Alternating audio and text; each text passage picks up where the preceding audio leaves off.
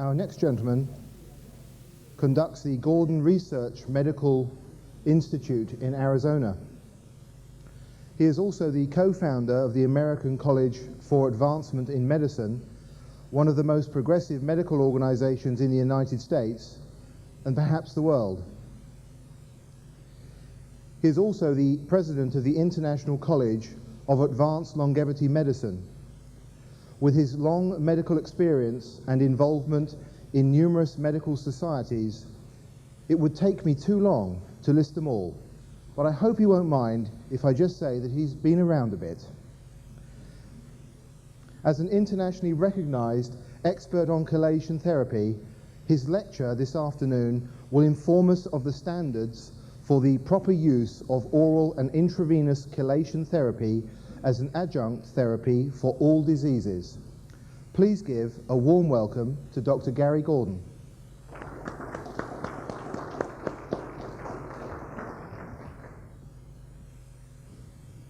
I want to thank the sponsors, Phil, for inviting me. This is an extremely important meeting for me because I have spent a lifetime in the field of chelation therapy because it changed my life, and I wanted to bring that exciting kind of improved health to many other people. As it turns out, we've encountered a lot of resistance, as you could imagine, but fortunately 2 weeks ago, about August 8th, we finally got NIH to agree to fund the study of chelation therapy to the tune of $30 million. And so it's very gratifying that you're one of the first audiences to hear that what I've spent over 30 years studying, and I've trained over 1,200 physicians who have treated over 1 million patients, that we're now at the point we can look at it with a new way and a new understanding, because it is my strong belief that chelation is going to be used for many more things than what we are now studying it for. Its use in cardiovascular disease is only a small part of its proper use in medicine, because I believe, as this textbook by David Williams says, that a deficiency or excess of metal ion cause most adverse biological effects. And it's exciting standing in a room in which we're applying anti-aging medicine to learn that chelating agents frankly have significant life-extending possibilities. And I'm not going to dwell on these slides because you have the slides with you and you can read them, and I put everything on my website, every slide, every talk I give, and I lecture continuously because I have a small problem. I have to retrain the 1,200 doctors who are all following a protocol that I wrote over 30 years ago because it's outdated, okay? So I have a real problem. So I have over 700 pages on my website, and every lecture that I give winds up with these exact slides so that you can watch them in the comfort of your own home. Now, for example, it's interesting to notice that a Swiss member of our organization, Dr. Bloomer, kept very tight records and found that the patients who were lucky enough to get the new chelation, which I am now teaching worldwide, which is a 3 or 5 minute procedure instead of a 3-hour, and it's entirely painless, and it's supported with oral chelation and a tremendous amount of exciting new research. But if you look at what did he found, he noticed that outside of Zurich in his practice, there was a tremendous reduction in the incidence of cancer and heart attacks for 30 years if you were lucky enough to get de-leaded.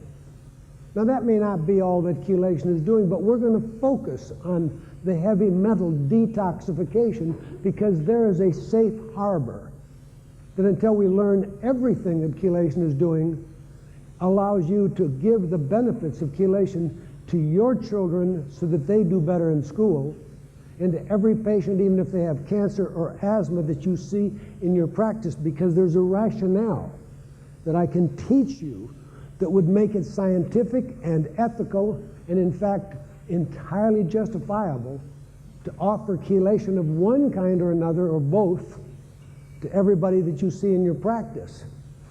This is an important article to understand, and we'll see it one more time in this lecture, but this article tells you that you cannot ever get rid of the lead that is in your bones today. And you'll see the documentation that every man, woman, and child in this room have over 1,000 times more lead than you once had as recently as 500 years ago. And I will give you in this lecture more documentation than anybody needs to prove that none of us today have anything near safe or healthy levels of cadmium, mercury, etc. But what you're going to see in this single slide, only now a month and a half old, is that if you stop chelating, the toxic dump site, which your bones represent, because since you were being formed in utero, you kept sucking up toxic metals into your bones. So if the bone is hugely filled with lead and cadmium and toxic metals, and you take some IV chelation and you think you've helped the patient because his symptoms go away as mine did, after I had the 8th intravenous chelation, my almost 5-year history of disabling angina, which had caused me to close my medical practice and go into radiology because I was so sick I could not stand. That changed so dramatically that suddenly I could leap over tall buildings in a single bound, and Superman had competition. And it's never gone away. The new Dr. Garry Gordon had energy that I never had. I'd been sick my whole life. We'll get into some of the genetics if we get time in today's lecture to explain that. But this is important to understand. It's saying here that if you help someone and then you stop helping them, please understand the immune system, which is about 1/3 of our 60 trillion cells, the brain, the kidneys, the liver, the heart, will all become again retoxified with the lead and cadmium, because you can never stop because of passive diffusion, the high level of poison in your bones, which they turn over so slowly you couldn't chelate enough unless you follow my new protocols, which are on my website. And it's what I'm going around the world teaching. This is one of over 500 slides on my website. This is from a throwaway journal called JAMA.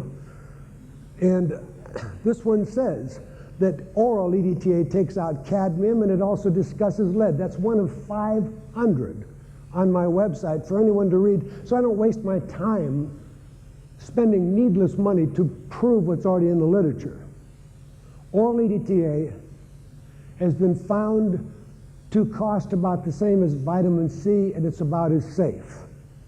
After all, what is EDTA? Ethylene diamine tetra 4 acetic acid. It means 4 molecules of vinegar. If you look at it that way, it's not so frightening. Now let's get the big picture. This one lecture coming out of a little place at Harvard School of Public Health, they try to educate the doctors, and none of the doctors understand this, that we are all walking around with threats to our health from the environment, and that lead is of particular concern, and you don't have to have visible symptoms because it's contributing to everything from hypertension to kidney impairment to cognitive disturbance. In fact, lead is most concentrated in your pituitary. So it's the background. If you look at the exact slides that Dr. Hertog just showed you about growth hormone deficiency, it's a perfect overlap for lead toxicity, because you cannot make a healthy functioning pituitary when it's loaded with lead. And we've shown tremendous improvement in growth hormone production by detoxification with chelation. So if you talk any disturbance, I don't care if it's depression or hyperactivity or autism, I don't care what it is, somebody ought to understand that chelation can be as convenient as essentially a 10-cent a day capsule of things like malic acid and garlic and D-L-methionine and oral EDTA, even though you have been brainwashed by many people that oral EDTA didn't work. Obviously, I've just told you there's 500 published references on my website, gordonresearch.com, that put that nonsense to rest. Now then, I had Claire Patterson speak when I ran ACAM and founded ACAM twice. He's from California Institute of Technology. His work is so dramatic that to find out how anything looks that's lead-free and not lead-toxic, He actually drilled in the Arctic and the Antarctic, and you had to be in a spacesuit because all of us are so filthy that one little dead cell falling off your skin contaminates the research site. It's like trying to find a group of people who are smoke-free and do your research in Paris. It's not possible. So you need to understand that to be lead-free is a health condition that none of you have experienced.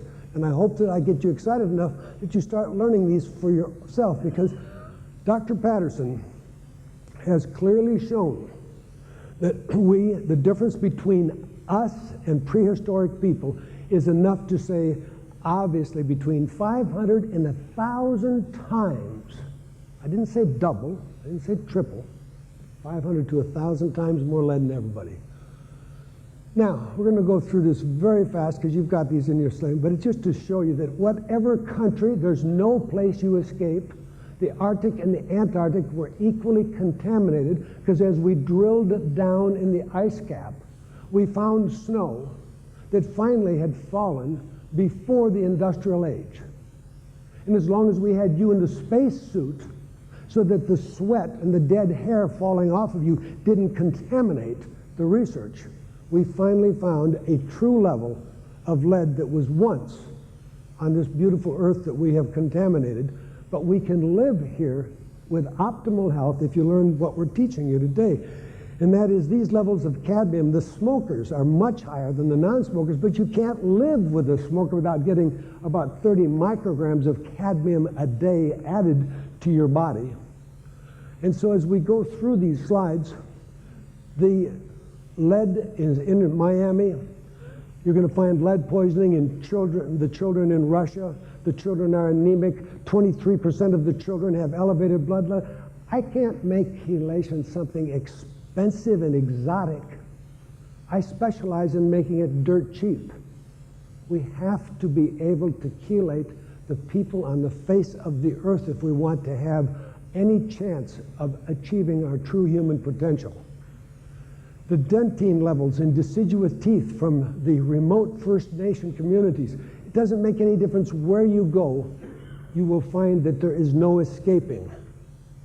And when we compare our levels to prehistoric people, every study will show you we have contaminated our earth. And when you look at the Center for Environmental Health, CDC, that's a pretty prestigious organization.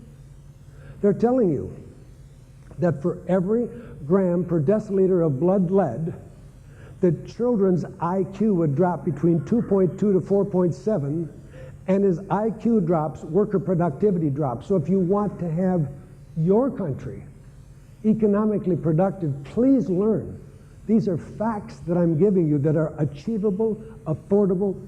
There's no magic to it, and it has a tremendous influence on anything we think we're doing in the field of anti-aging or any other thing in health. But if you don't learn the details, you'll be totally confused. If you get into a field superficially, remember, I've been the director of Mineral Lab. I had offices in Tokyo, offices in Amsterdam. We were the largest laboratory in the world doing trace element analysis. I've researched trace elements for 30 years, so I'm not fooled. I know blood lead is a joke. It only tells you recent exposure. So here I'm telling you that as you begin to learn about these things, you're going to find that you wouldn't have your daughter plan to conceive without first giving her several months of chelation, because the mother is going to download all the toxins to the fastest growing tissues. That's why you take the tumor out of the patient. And it's loaded with DDT and PCBs and lead. Anything that's rapid growing, the body thinks that's a new place to get rid of the trash. So you have to understand that we need to, this whole story of bone and bone lead is a huge story, and you need to understand that provocative testing of somebody's urine for 6 hours after even an oral provocation is enough to give you the necessary information to allow you to ethically and scientifically practice chelation in your office conveniently and painlessly. And you need to know that a section of, that The concentration of lead in the blood is only an indicator of recent exposure, and now we've found, just like the hair as it comes out, each time you get about 1 centimeter of hair per month, it will show you when the person last used cocaine, and it will also show you when they went to work in the dentist office, because the mercury level goes right off the scale. But what you have to understand is the limitation of any single test, so you never get dissuaded from the facts. Because if you understand the facts, you'll understand that the tail is a dosimeter, so is the bone, and we have many fancy tests to get these information I'm giving you. But these heavy metals, like cadmium, higher in women than in men, due to higher gastrointestinal absorption because of their low iron stores. It's always complicated who is absorbing the most and who's having the worst effect. But as you begin to understand, lead and mercury exposure in pregnant women has to be dealt with if you want to prevent the low IQ hyperactivity, the so-called Ritalin deficiency diseases, which is absolutely anathema to me when we know that those children can be treated if the doctors understand these things. If we look at toxic threats to neurological development of children, Science and Environmental Health Network, everywhere you look, we know that these are, the lead is part of the picture, the mercury, etc., that is leaving that brain in those child unable to process information effectively. Should children with development things be routinely screened? The answer is overwhelmingly yes. Children proportionately pick up much greater of the lead from the environment than the adults do. And these leads are contributing to cognitive impairment, disturbed classroom behavior, increased delinquency. It's the last thing somebody thinks of when their child is in trouble. The last thing they think of is that maybe I should have done something about improving the health of my family. Even very low level lead has adverse effects on the antigen processing. In fact, we can tie it to hypersensitivity. And the data here shows that male reproduction, and this is quite interesting because they show that this tremendous, because you've heard how low the level of sperm is in the average male today, and this explains to you the dose-related changes seen in the testes and the arrest of spermatogenesis, and the simple, interesting story that in a way you can offer protection by really understanding nutrition.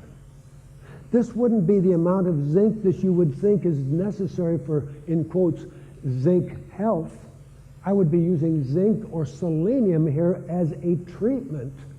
In a sense, we use selenium as a metal binder instead of chelation when I can't chelate for any reason because of countries that I may be trying to treat somebody in, but all metal toxicity is greatly influenced by the availability of the essential antagonist.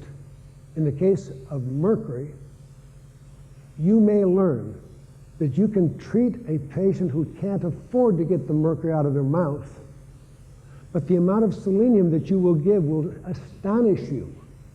If you start using 1,000 or 2,000 micrograms a day, you'd think that would kill the patient. And yes, at one point, it will become toxic. But it won't even go up in the blood plasma selenium measurement or the serum until that selenium has found and sought out and married for life a very tight metal bond, every mercury molecule that's in every cell in every human being. So that's a cheap way to deal with the problem. The mercury is still in the body, but at least it's not interfering with glutathione synthesis. If we look at the effect of chronic lead exposure on kidney function, and you start reading all of these studies, you will learn from the literature that if we treated low-level lead toxicity, we would probably reduce by around 80% the number of people who are on dialysis. So there's a lot of ramifications of these stories. Is chronic low-level tied to Alzheimer's? Interesting research. Lead intoxication, antioxidant defense, and oxidant damages in the brain. The present results show that chronic lead is inducing an oxidative stress for the brain. Now, it turns out that you can actually chelate mercury and lead out of the brain in a very simple way. You know, people get off and they think, do I need penicillamine, DMSA, DMPS, does it have to be IV? They get all fouled up. If you understand what these slides are showing you, the slides are showing you that it's a lifetime problem. So if it's a lifetime problem, then maybe we need gentle, long-term approaches. And if you hear what I say when I mention to you that the research shows that when you stop chelating, the bone will gradually leach by passive diffusion from its high concentration of lead and retoxify your heart, in your eyeballs, in your nerves, in your immune system, maybe you can do the same thing continuously by having oral chelating in the body continuously, so that instead of the lead from the bone dumping back into my brain, there's enough oral chelation on board each day to take care of the contaminated water I get when I'm in the shower or the tub, or the contaminated mercury that I get every time I eat any fish, because where is the mercury coming from? It's not just the mouth. We turn on lights. We burn coal. The coal is dumping cadmium and mercury into our environment at a tremendous level. So as we understand that this study shows men have bone and blood lead. Now that's getting kind of fancy when you do X-ray fluorescence of bone. And I'm teaching you that so you'll never be confused, because we have changed the American Board of Chelation Therapy that I co-founded along with Charles Farr. And we have changed that to the American Board of Metal Toxicology. It is my intention to make the doctors who take the time to learn this adequately so they can pass an examination on it, to empower you to be like a plastic surgeon who, after all, is allowed to look at my frown lines. I'm 67 years of age. And they may say, gee, Dr. Gordon, you'd look a lot better if you get rid of those lines. Well, if they do that, that's a benefit to risk ratio. And I'm trying to teach you that there is a tremendous benefit and virtually no risk in what I'm teaching you here. But they're allowed to say, well, we're going to operate on you, and there's a chance something could go wrong. I could be badly maimed, get an infection, anything could happen. I want the doctors I train to be knowledgeable enough in benefit-risk ratio that they can look at any patient at any age, all the way down to babies, which I treat by opening one capsule a day of things that have garlic and EDT in it. I want people to be able to understand that if you know your business, if you know the facts, then you are not promising any cancer patient that taking your mercury and lead out is going to cure your cancer. But you're saying it's going to be a lot easier for you to respond to any other treatment you get. So if we look at it, we know that environmental lead exposure adversely is affecting a child's academic achievement, and that's coming out of Taiwan. So everywhere in the world, people are waking up to this fact. Identifying and managing adverse effects from lead exposure. The diagnosing lead poisoning is relatively simple. Well, you have to understand, this is a political thing, because the lead industry has to give us all the batteries. We still have to have lead when we paint our Navy ships. We can't condemn all lead. So the lead industry is on this side, like the tobacco industry was for all those years. They always had some doctor that would lie and say that cigarettes weren't too bad for you. Well, there's a lot of doctors on the payroll of industry who are going to say, nah, the patient's got to be in a coma before we're going to diagnose lead poisoning, and have some lead lines and basophilic stippling, and we should really have a lot of stuff. But I want to make you as competent as the plastic surgeon who is allowed to decide benefit-risk ratio and look at any patient and do like my mother always told me, get the lead out. Because if we get the lead out, it's going to be a lot easier to deal with anything. But what is the diagnosis? If you read all the literature, there's no safe level. But you can't diagnose lead poisoning and expect third-party insurance to pay for it, because this is elective detoxification that I'm teaching.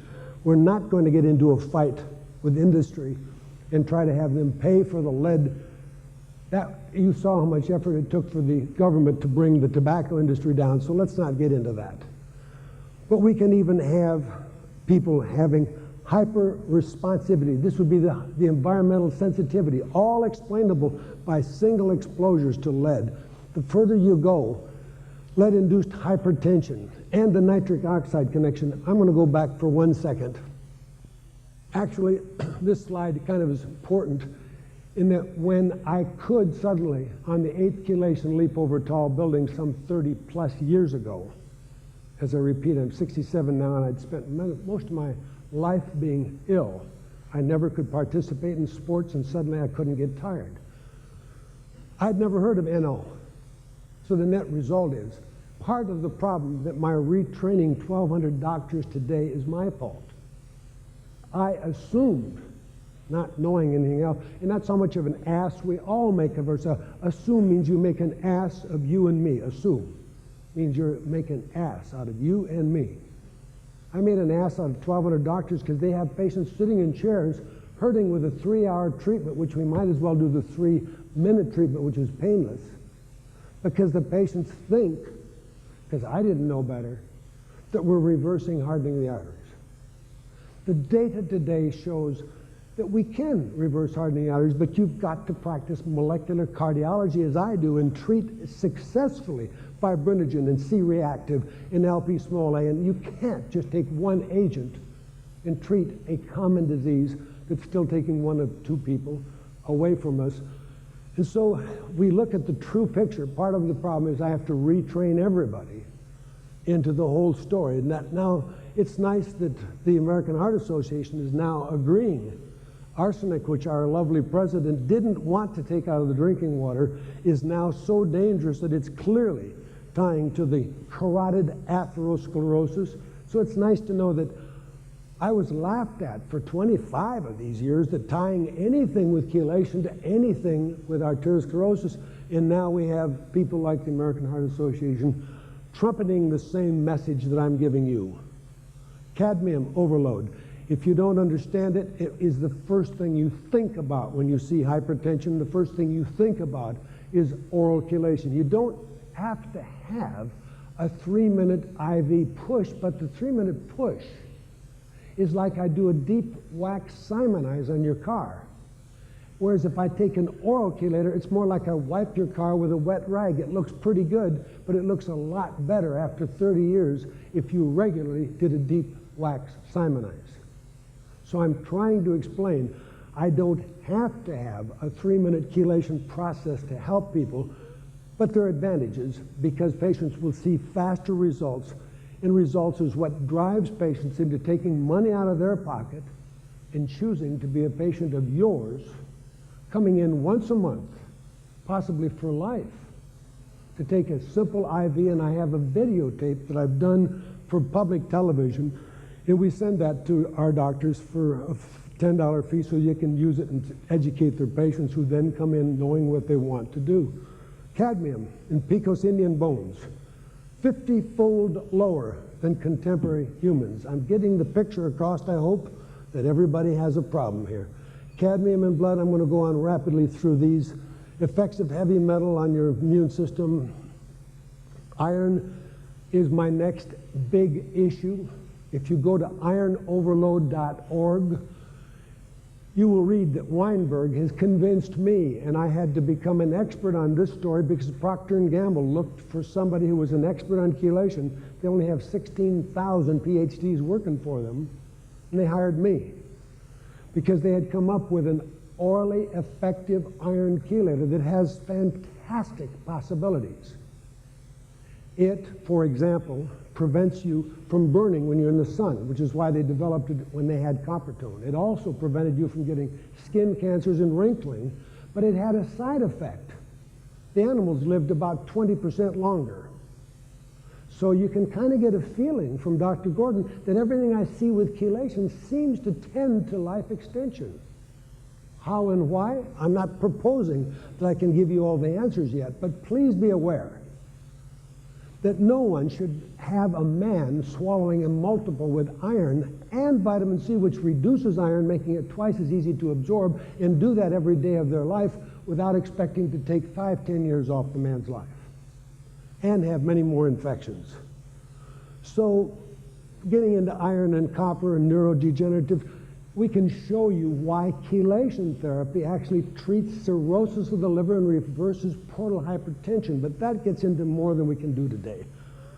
The role of the chelation and hydroxyl radical, this is where I begin to now get into my message, to go rapidly into it, because everybody says, gee, Dr. Gordon, you taught us that if we did the 3-hour chelation, that we'd pull the calcium off the arteries. Well, in some people that did occur. Unfortunately, the ultra-high-speed CAT scan is showing it's not occurring in enough people to make me happy with the old protocol. That's why it's being changed. And the new protocol is going to bring in chlamydia and HHV6 and SV40 and mycoplasma, and you're going to become experts at inflammation if you attend any of my courses, because I have to get that all tied together. And the development of a model to understand and predict the outcome of treatment, well, you can understand from what you've heard today that just because the patient stops having lead come out in the urine doesn't mean you've accomplished anything, but you and the patient feel better. But until you understand the deeper picture, you are not giving a lifetime benefit when you could have. This article simply says the reflecting limits on the use of blood lead. I only show that to you to make you aware of that. And they talk about DMSA, and they say that this did not necessarily handle the brain lead levels adequately. Nothing does it in the short term. It's what we do long term every day, and I will recommend to you that you can take the mercury out of the child's brain that had all those immunizations that gave the child 30 times the safe level of mercury with something as simple as garlic and EDTA. In any event, mobilization of the thing. This is the first slide that I showed you when we first went into it, and I said the bone is going to continue as a permanent source of poisoning. That's the message that you've learned today, that there is no easy out of this problem. Novel functions of an amyloid serving as an antioxidant. Well, obviously, we get into exciting stories then about brain function, Alzheimer's, Parkinson's, and I have lots of things we'd love. This is the end of the recording on side A. Turn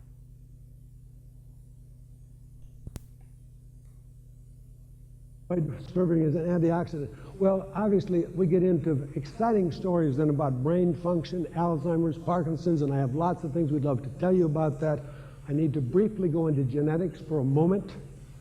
As I said, I have had this genetic testing done, which is done by Great Smoky's Diagnostic Lab, and it's interesting, the interrelationship between our genes and our environment, and I've been teaching you a lot here about detoxification.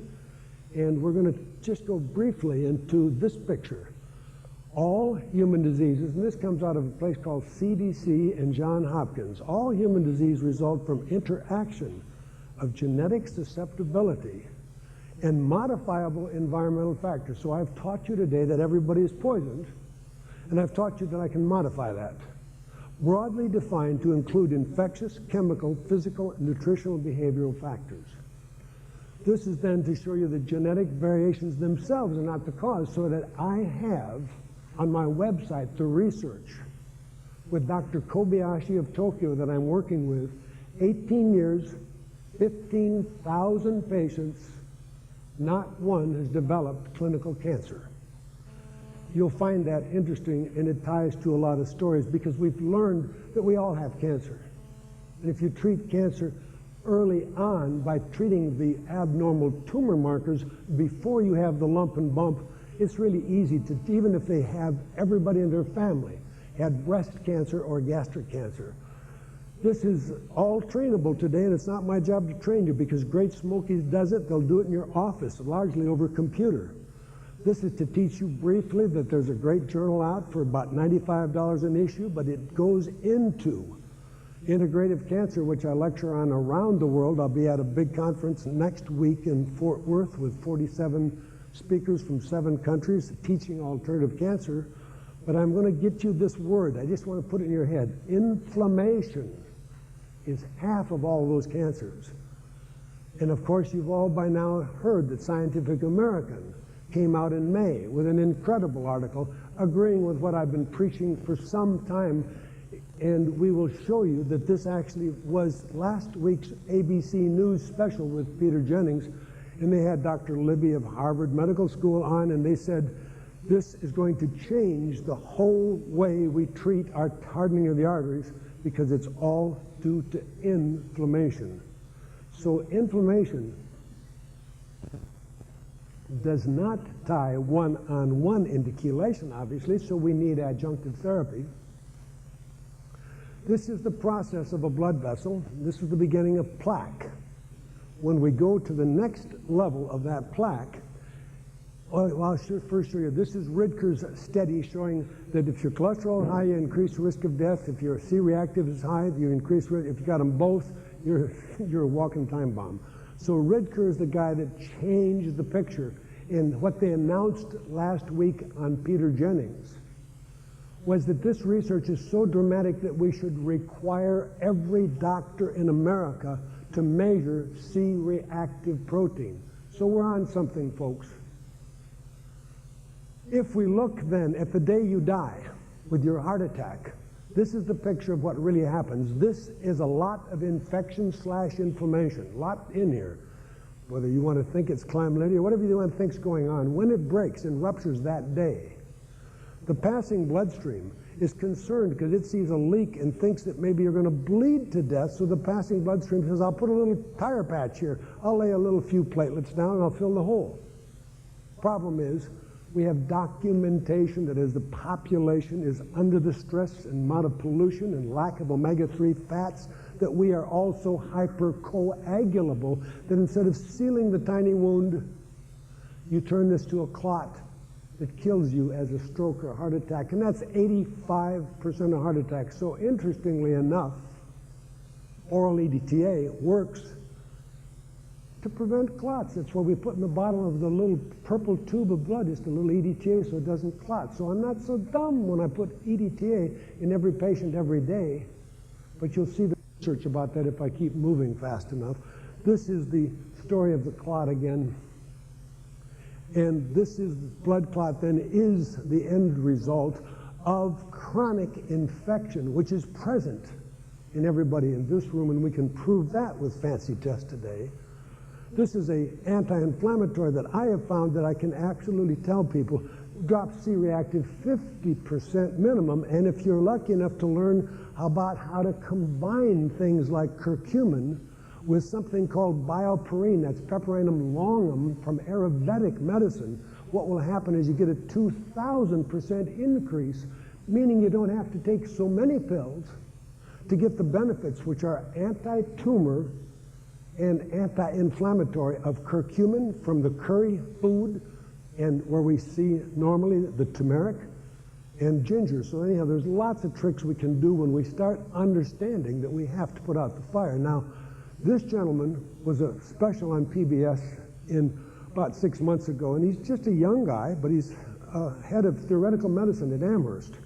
In his book, Plague Time, expresses that stealth infections are what is causing the cancers, the heart attacks, and the other deadly ailments. Now, that's maybe an oversimplification because I want to throw in my cadmium and my lead, and we want to throw in our stress. All of us have our favorite thing we want to throw in, but he's a professor. He's got a lot of stuff behind him.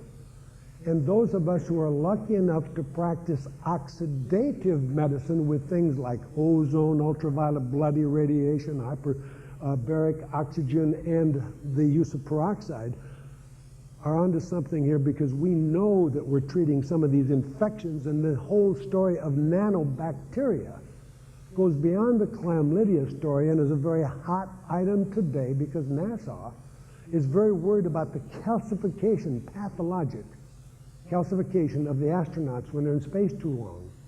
And this ties to some of the failure that we've had with the old chelation, which I'm happy to say 1 million people feel pretty good about their chelation because most of them canceled the amputation of a leg, and most of them feel chelation helped, and they avoided bypass, so the old treatment wasn't that bad.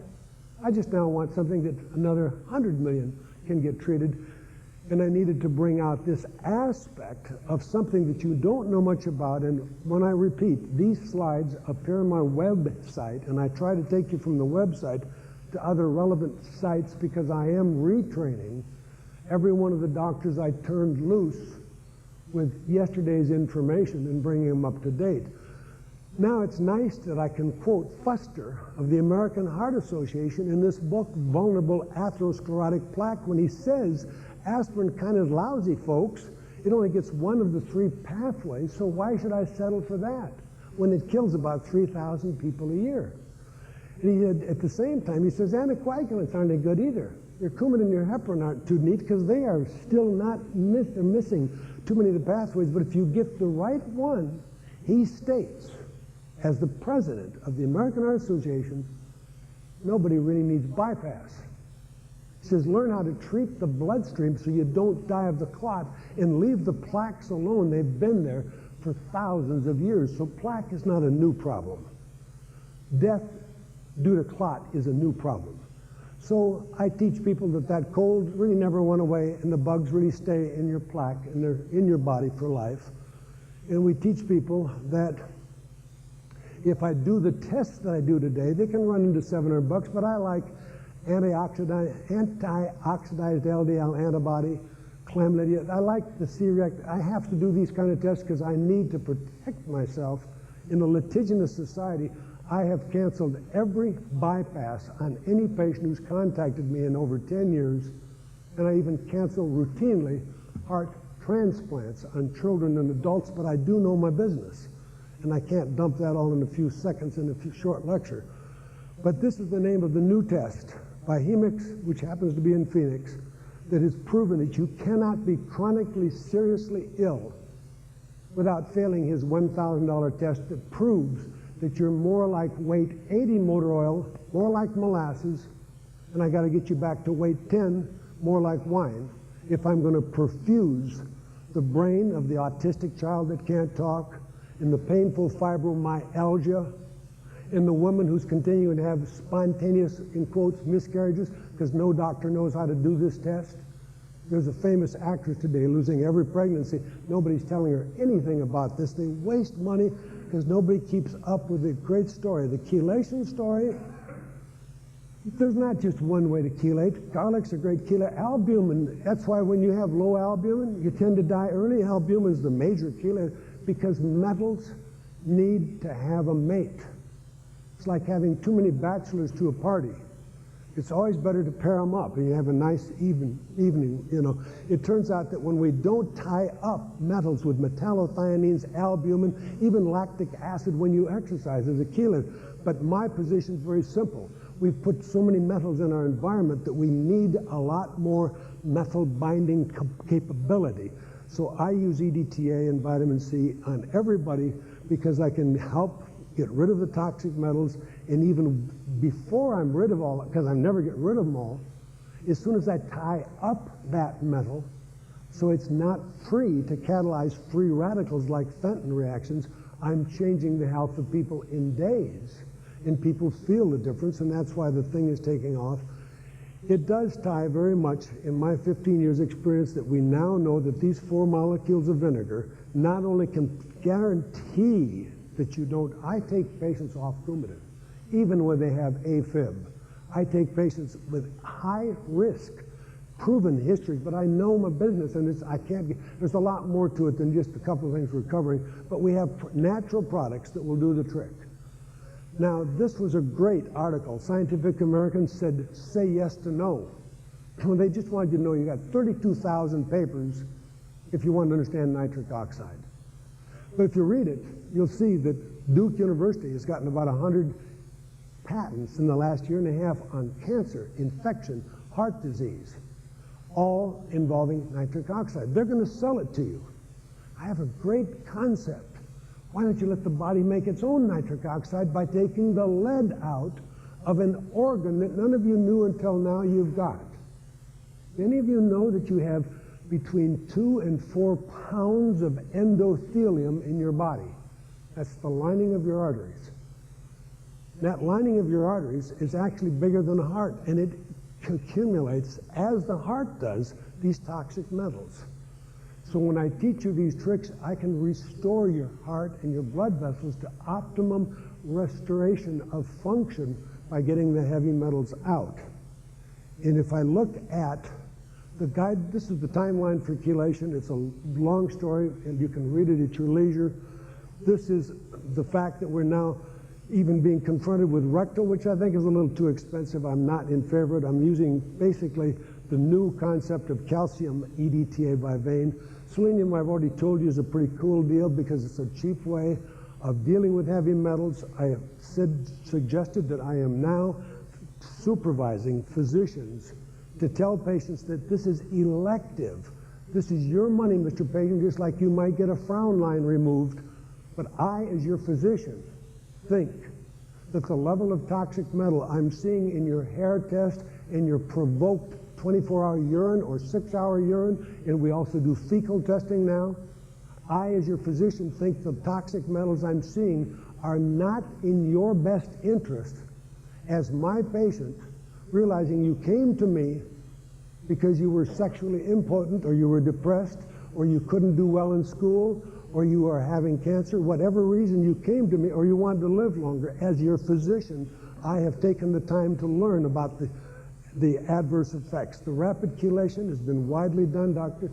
Inescu, our next speaker, tells me he's been doing it routinely in his practice, and I'm now getting the doctors to understand this idea. Everybody should be on oral chelation every day. And if you give anybody a parenteral chelation, you need to know that most of the parenteral nutritions that we would do is like EDTA. Some of it's going to go through the liver and appear in the intestine. Please never chelate anybody without having on board the oral chelation to protect the gut from what the liver dumps in, which is now EDTA with mercury and EDTA with lead. We're getting so much mercury out with my new approach, and doctors who've treated themselves with DMSA, DMPS, doctors who've had 100 of the old chelation are seeing tremendous outpouring with the new things that we're teaching you here. This is just to show you that we do document, so you have something in the chart, and I'm going to go real fast. That will be fecal, urine. We find on everybody, if you follow my protocols, everybody's going to come off with something in the toxic range. It's pretty simple. There's nothing hard about that. I told you about endothelium. We're tying the endothelium story to nitric oxide. It's now published that EDTA chelation therapy enhances nitric oxide production. So you can tie this story together, and you can laugh at Duke University with their 100 patents and tell your patients you're giving them nitric oxide therapy made in their own body. This is some of the 7,000 articles I've had the privilege of collecting over 30 years. This is the abstracts of the 500 articles on oral EDTA that I put on my website for the doctors that didn't know these things. Dr. Bloomer has done tens of thousands of these rapid chelation treatments. My urine provocative program is on my website telling you what to say, what to look for, and why to do it. The nitric oxide, we've explained briefly. These endothelial cells have to make, think of it, your heart's only this big, and you got 250,000 miles of pipes. Now, for a heart that big, to go through one blood cell, you've heard is bigger than the capillary. For it to go through everything, it has to operate in a frictionless environment. And that frictionless has to be by prostacyclin, which is why you need your omega-3s, has to be by the heparin, which is the electronegative charge, which it turns out that I found that Riker's patents had expired. And it turns out EDTA, in the presence of a sulfated polysaccharide that we get from a particular source, turns that into a heparin-like compound. So everybody that I treat, children are on a natural form of heparin that is a direct result of heparin acting with something in red algae. The nitric oxide story is a good one. This is a great story as to why there's so much less cancer in patients on EDTA. It's about collagenase inhibition. We won't go through that to explain it now, but it explains why it's hard. This is the possibility of treating lead poisoning by the oral route. And we're going to go very rapidly because you've got them all sitting in your thing at home. But all of these about EDTA, 4 grams per 24 hours. I personally have gone as high as 6 grams of oral EDTA in my own body as an experiment. because I have so many people who don't have good veins or won't get started with an IV.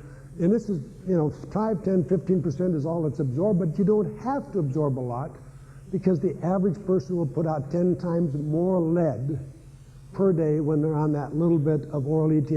And it tells you at the oral test, you don't have to do an IV to prove. You can give people an oral test and see how much lead comes out. And this is all published studies, all of them. This is Helsinki, Finland. You don't have to look hard.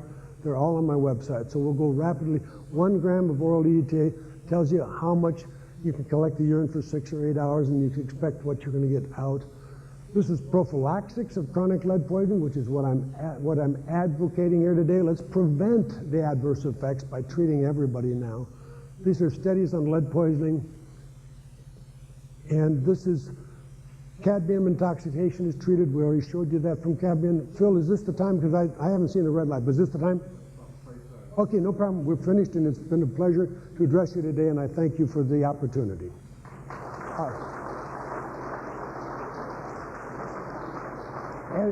As you go out, there'll be 3 handouts on the table as you go out that may help further explain what I've talked about. Thank you very much. Thank you very much indeed, Dr. Gordon. I do hate to stop any speaker in full stride, but I'm afraid old Father Time catches up with us.